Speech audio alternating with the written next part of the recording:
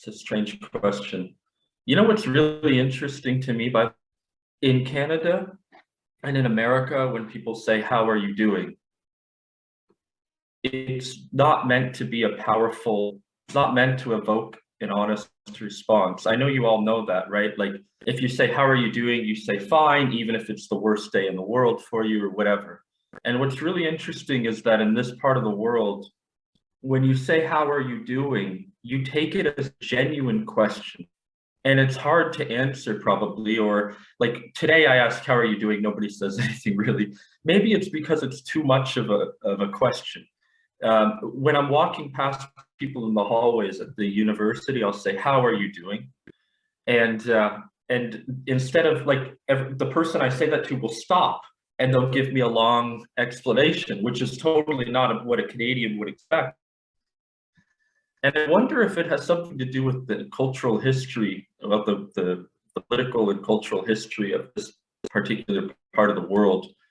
Or to ask how you're doing, it's almost triggering. Anyway, so today we have Julie will be giving a lecture, and I'll be giving one as well. I think I'll begin, but I actually had a lecture prepared for today that I put a lot of work into, actually, and I decided not to do it because it seems stupid to me. It is about art and so on, and the themes that we've been talking about, but it seems really stupid isn't even the word. It seems moronic. It seems like a moronic thing to do. But what I can do is we can return to it maybe if we have time at the end of the lecture, and I can still talk about some of the things I was going to talk about in that lecture. Instead, what I'm going to do is basically read a letter that I wrote, which deals with some of the themes that we've been talking about in the course. A letter that I wrote, well, that the European Journal of Psychoanalysis asked me to write. So it took me a week to write it, and then I wrote it in 10 minutes. And I think I'll just read that because I think it has some relevance to what we're talking about, probably not so much art though. Okay, so Jean Baudrillard, how many of you know who Jean Baudrillard is? Other than Julie. Julie's raising her hand, you can't see. Baudrillard, Baudrillard. Jean Baudrillard, who was really important at the European Graduate School where I went to, where I did one of my degrees. Baudrillard famously wrote these 3 provocative essays in which he claimed, in a book of the same, they were bound together in a book of the same name, that the Gulf War did not take place. The Gulf War did not take place. And most people who read this, most commentators, they take it to mean that this media spectacle about the Gulf War, particularly in the West, it was detached in some sense from the actual horrific ongoings of the war, not quite as horrific as what we're dealing with today. So the spectacle seemed to take on a reality of itself, outside of, let's say, the real reality, to put it simply. So for Baudrillard, it wasn't that there's some deeper truth hidden behind these media portrayals of the war, the Gulf War, but rather that these portrayals, what he called simulacra, which is plural, I think, of simulation, these portrayals, simulacra, became exposed as the domain of truth. I'm quoting him. "The simulacrum is never that which conceals the truth. It is the truth which conceals that there is none. The simulacrum is true," end quote. So the events that unfolded on the ground during the Gulf War were entirely occluded by media images and by media commentary. And we're talking about mass media, we're not talking about social media. And Baudrillard, I think, was amplifying the tragic dimension of the war by reminding us that there's also a cultural war, an information war, one that disconnects us perhaps irreparably from the reality of the horrific events of war. However, and this is the question I raised in my letter, what if the ultimate thinker of simulacra also missed something important about the way in which war relates to this concept that we've been using in the course, the real? The real is lawless, anarchic, and it relates to a mode of jouissance, a word I introduced, I think, either in the last lecture or the one before that, a mode of jouissance, roughly enjoyment, painful enjoyment, something like that. The real is lawless. It relates to a mode of jouissance outside of any scope of truth or meaningful fiction. So what's at stake in the current tragedy, the one that we are all in? Today's wars, I think, occur without any disconnection from the real, quite the opposite of what Baudrillard was claiming. Hence, media, knowledge, information, culture, all of this stuff, it offers us a return to that which was repressed from within our social and individual inhumanity. It's for this reason that I really like the phrase that seems to have gone out of fashion, but some people are still using it. It's the phrase echo chamber. I really like this phrase, echo chamber. People were using it to discuss what happens when you're relating to other people on Twitter or on Facebook and so on. And it was used to describe the way that social media walls became insular communicative realities, completely detached from the realities of others, of what other people believe to be true, and so on, which doesn't mean that they're detached from the real. My conviction is that we're now living in an era defined by the psychoanalytic concept of foreclosure. And it implies that traditional notions of political uprisings, political revolutions, civil wars, and so on, insofar as they operate within an overarching social world against which we stage our revolt, these political uprisings, these civil wars seem increasingly impossible. In a time of total war, what I'm calling general war, I make a distinction between general war and civil war. In a time of general war, total war, these civil wars, these political revolutions and uprisings become increasingly impossible. So I make this distinction, and I'm not sure if it works, but I'm running with it because it makes sense to me in the last 2 days, between civil war and general war. The latter, general war, runs very deep. It occurs across all strata, all scales of our social experience, from interpersonal, intrapersonal, institutional, macrological, social, structural, international, and so on. The war exists at every scale. And the function of general war is precisely to render impossible the civil war, the political revolution. General war, unlike civil war or political uprisings, has, I think, one important feature. It's what the postmodern thinker, the person who came up with the phrase postmodernism, Jean-Francois Lyotard, what he called, and he somewhat championed it, by the way, what he called an incredulity toward meta-narratives. This is what defines the general war. There's no recourse anymore to marriage contracts, to international peace treaties, to third-party negotiations, to any of these symbolic constructs that we used to believe in that would hold our social orders together. They just don't work anymore. So it doesn't partake in the same logic as that which is laid out by, for example, I know some of you are reading this, Immanuel Kant, in his essay on perpetual peace, where he seems to argue that war leads us toward the establishment of these trade agreements between nations that have been displaced from one another and contracts. It leads toward a perpetual peace precisely at the level of symbolic relations. What we are increasingly confronting today is a heightened paranoia, collective paranoia. And none of us are immune from it. We project our own inhumanity, thereby misperceiving it. We project it onto others, and then we perceive it as if it's projected onto us by them.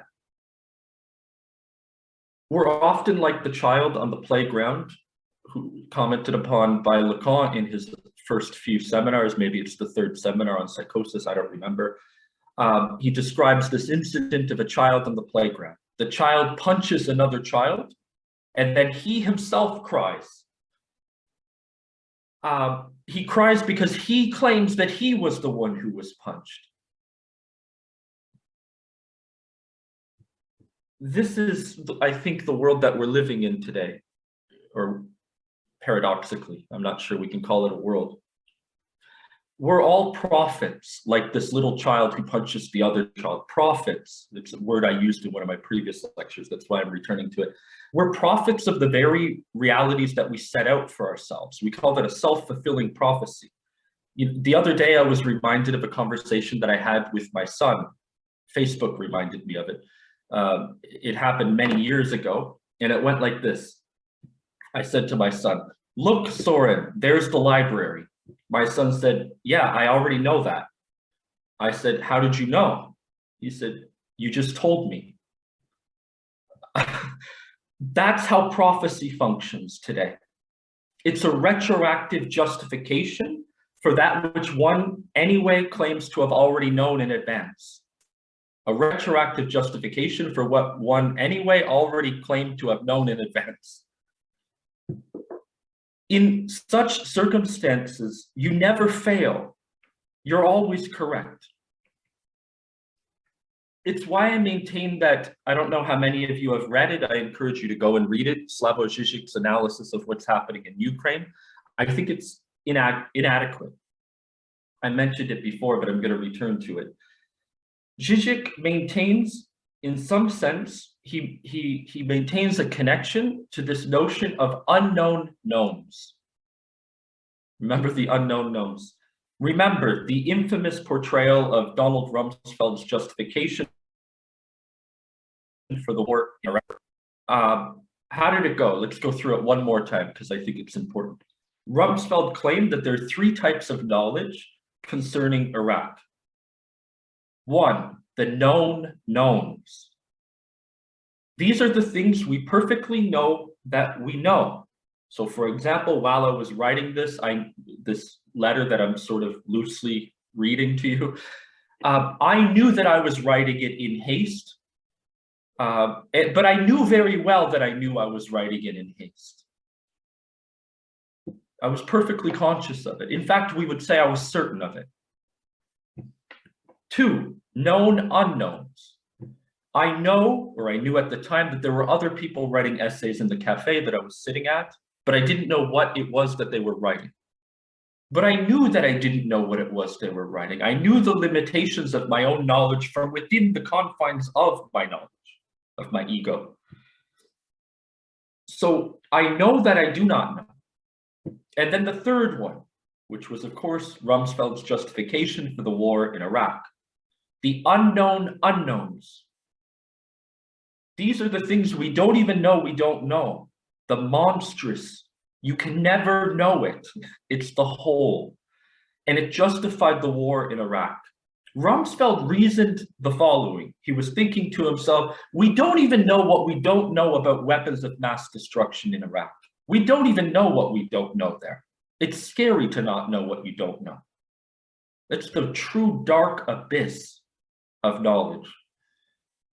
It's clear that when he reasoned that we don't even know what we don't know about wars, about the weapons of mass destruction in Iraq, he's not confronting some domain of idiotology. He's not an idiot, Rumsfeld, in this case. And that's not a compliment to him. He's a moron, which is quite different from an idiot.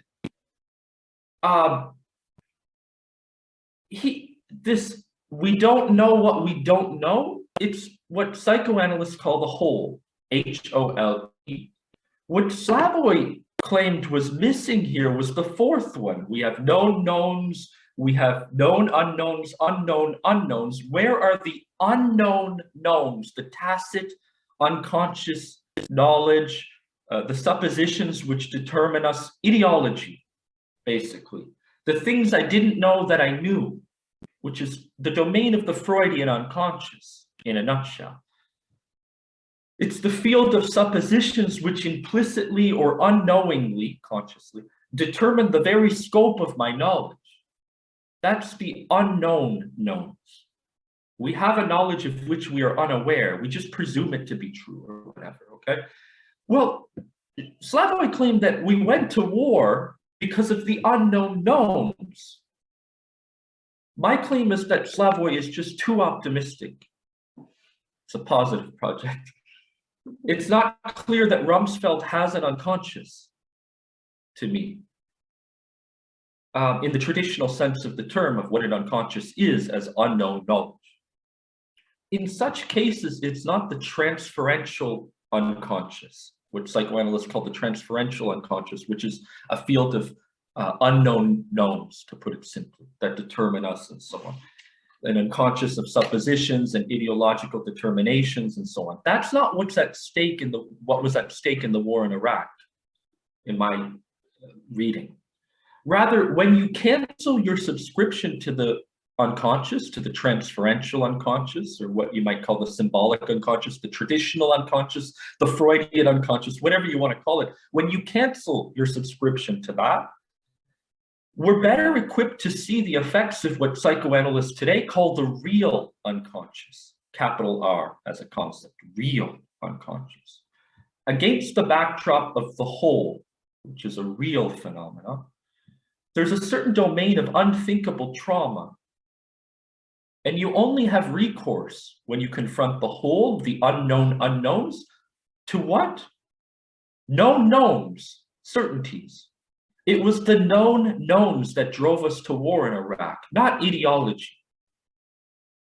Rumsfeld knew perfectly well, despite all of the missing evidence that there were weapons of mass destruction and so on, he knew perfectly well, he was certain that there were weapons of mass destruction in Iraq.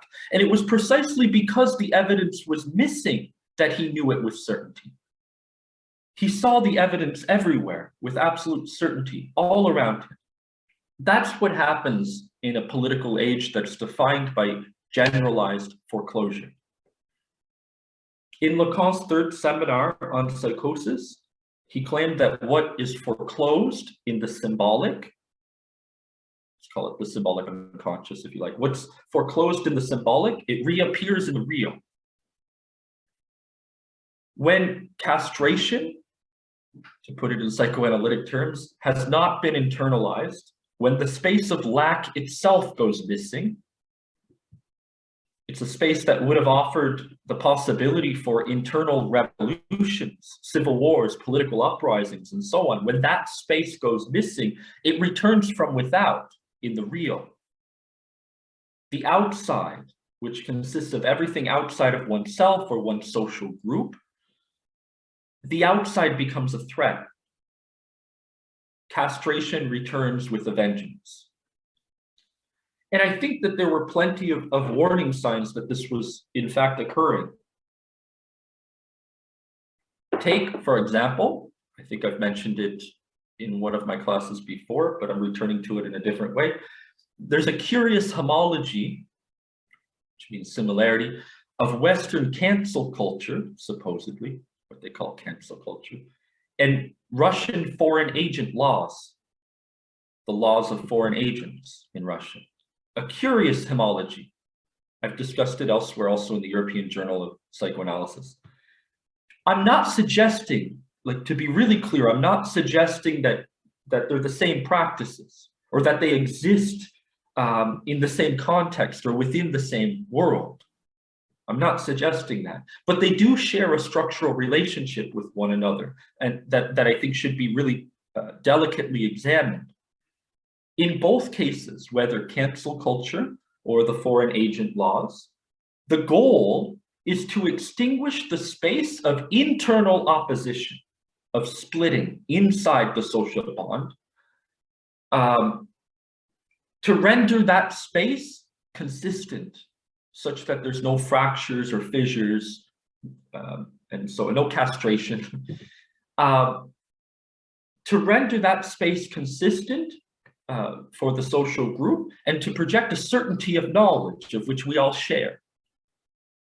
So the splitting element is what's rejected. It's spit out, it's refused, it's rejected, spit out of the social bond, and it's forced to publicly declare itself as an enemy to the people, which is what both those who are targeted supposedly by cancel culture and those who are targeted supposedly by foreign agent laws must do in both cases. They must publicly declare themselves external to the social bond and to its knowledge and morals and so on. So in this era, an era that in my class last quarter I called the era of singularities, there can be no internal opposition. So today, when we witness within Russia, students, everyday citizens protesting against horrible events occurring, we should be prepared to ask ourselves the following: how does this oppositional group sustain itself amidst a general war? For example, Antonio Gramsci, Gramsci, Gramsci, he popularly referred to, or I guess he made a distinction between what he called the war of position and the war of maneuver. There's a war of position, there's a war of maneuver. The war of position was described by Gramsci at the time, quite a long time ago, as the only possible point of opposition, at least within Western cultures, revolutionary opposition within Western cultures. And it consisted of what, this oppositional group, this war of position? Building blocks, groups, social bonds, and so on. Points of knowledge, cultures of opposition to the overarching hegemony. Universities were one of them. Media institutions, non-governmental institutions, radio programs, and so on. These were counter-hegemonic blocks that were part of the war of position in a revolutionary strategy for Gramsci. But the sanctions against Russia, the Western sanctions against Russia during the war, are they not designed, whether willingly or unwillingly, precisely to destroy the war of position within Russia? The very spaces, within which civil wars and political uprisings were once possible, are now being uprooted by removing their funding, by removing their access to vital resources needed to stage the revolts, and so on.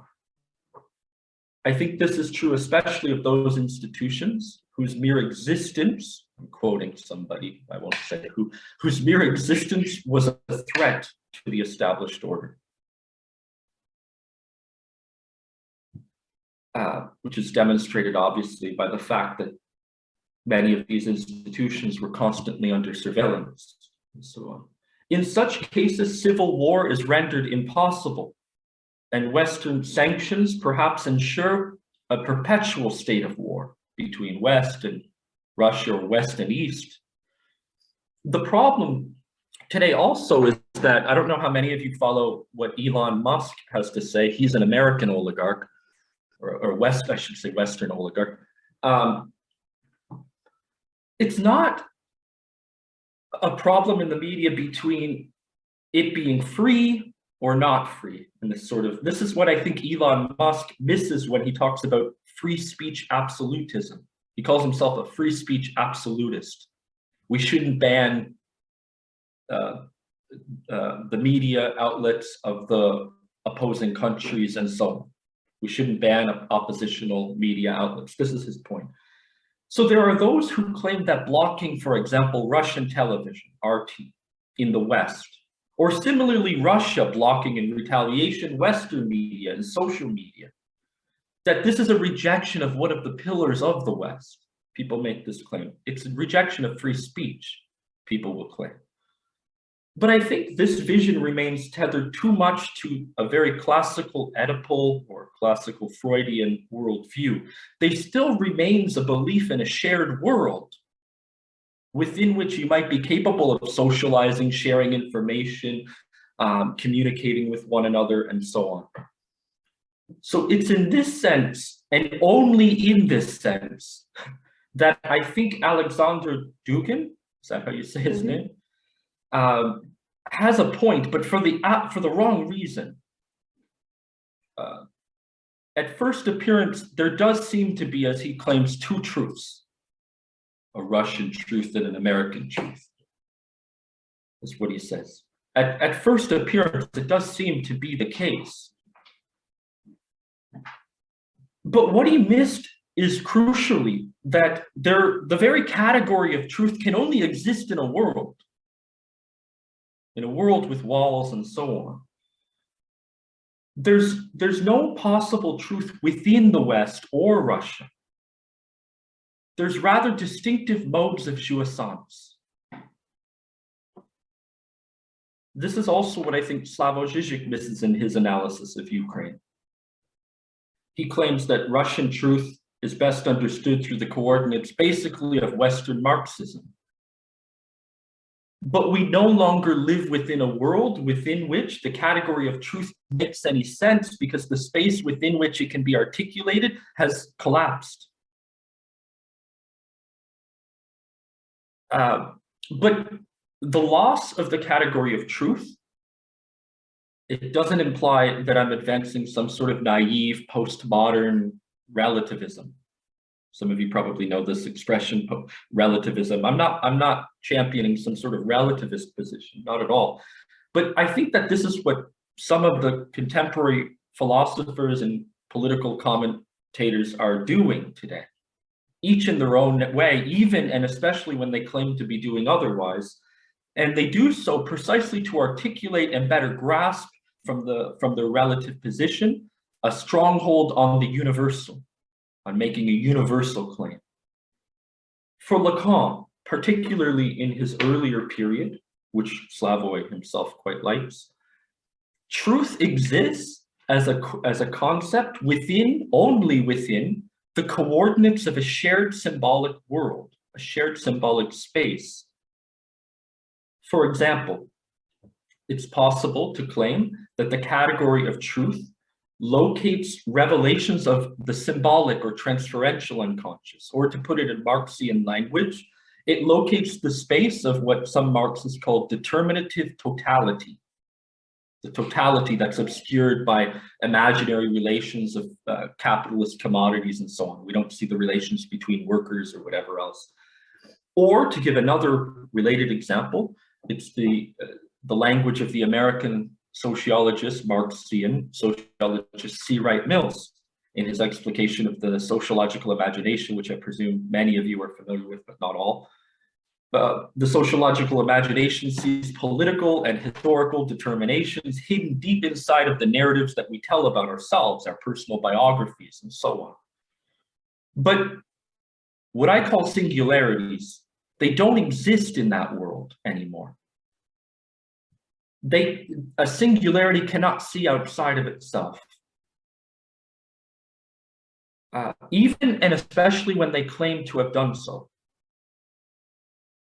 So I return to my oft-quoted example. It's a dangerous one. When many months ago, I said this before all of the recent events, but when many months ago, the American President Joe Biden looked into the eyes of Vladimir Putin and claimed that he saw a killer, Putin responded that Biden was only seeing his own soul reflected back at him. But I think today we should be prepared to add the following. When Putin looks into the eyes of his Western partners and sees those who continually expand NATO and infiltrate his country and so on, is he not seeing his own imperialist ambitions reflected back at him? The problem in the era of singularities is not that the war in Ukraine did not take place and that it's too detached from the real, from reality, which never existed anyway, according to Bolgia. Rather, what the recent crisis demonstrates is precisely the inverse. This war is too real. It's why the theory of simulacra will not get us anywhere in understanding what's most at stake today. The war is already here. It was here before the invasion, the so-called invasion. I have to quote everything because language is dangerous today. We are in the midst of it. None of us are untouched by it. Even those who are sitting eating popcorn on their soft couches in Canada or the United States commenting upon people's lives out here, they're not untouched by the war. The hypocrisy in the West, in terms of the way people are pointing out that the West is hypocritical in how it handles Ukrainian refugees, I think it neglects to mention a few important points. First, this help is simulacra, largely. Not entirely, but largely. Western support is simulacra, detached from reality, because many Ukrainians have yet to see concrete results from the Western world. Second, the current crisis, unlike many other crises around the world that involves refugees that people are claiming are not getting as much attention as the refugees from Ukraine. This particular refugee crisis may actually lead us to World War III. And that makes the current crisis much more difficult to articulate in terms of the Western double standards, like we help white Ukrainians, but not ... That's why it's not the same. I disagree with basically all leftist commentators right now on this point. There is something, it is a hypocrisy, but the hypocrisy basically doesn't matter because World War III is a very real possibility. It fails to recognize that if we don't continue to help Ukrainian refugees, then we risk a rapid escalation of the situation. Okay, I'm getting to the end. We're now living in an era that cannot articulate its own insularity. It's not, as Zizek maintains, that we lack the very language to articulate our unfreedom, but rather that we lack the very language to articulate the immense cruelty of freedom. Freedom is only possible precisely from within the prison house of language, that is, from within the confines of a shared world or civilization. It's always the prisoner who understands freedom. But today we struggle to relate to one another, and civilization seems to no longer exist as a space of possible refuge. For example, many of you Russian students that I've been talking to frequently explain to me, and I hear from other professors, that you're at war with your families.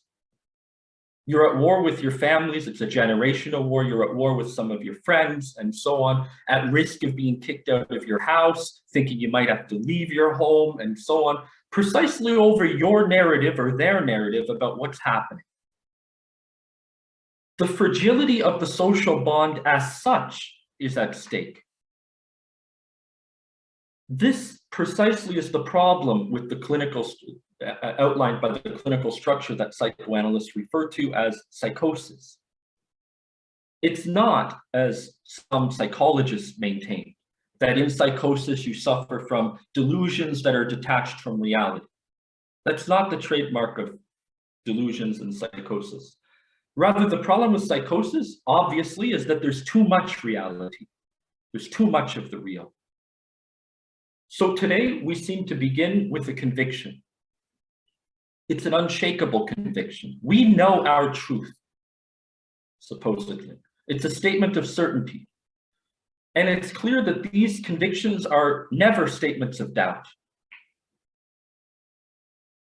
It's the other who threatens our convictions. But this isn't how things used to function in our societies.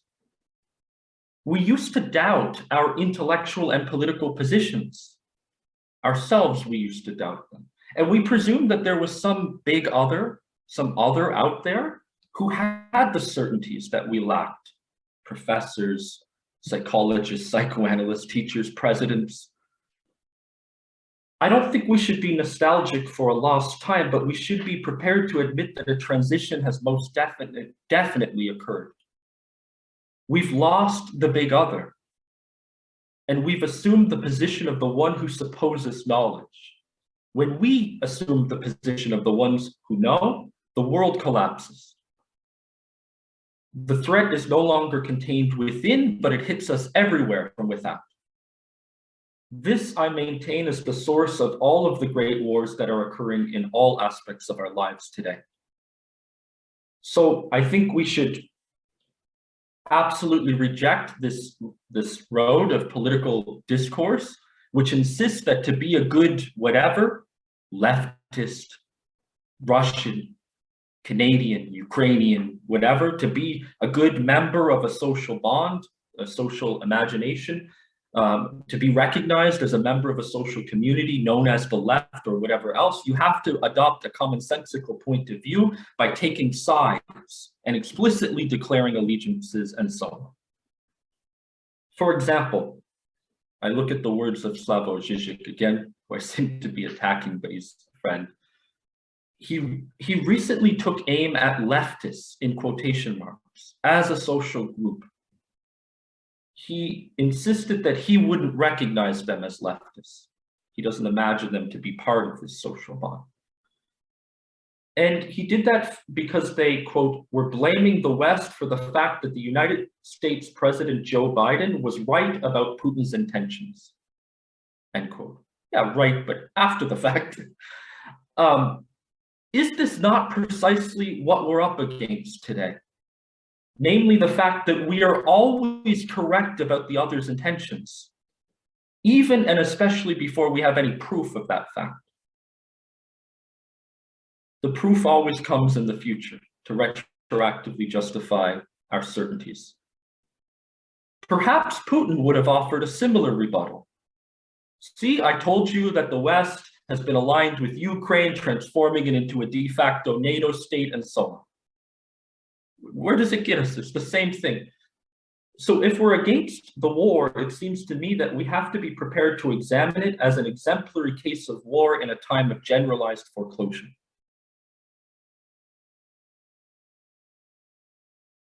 I'm going to stop here.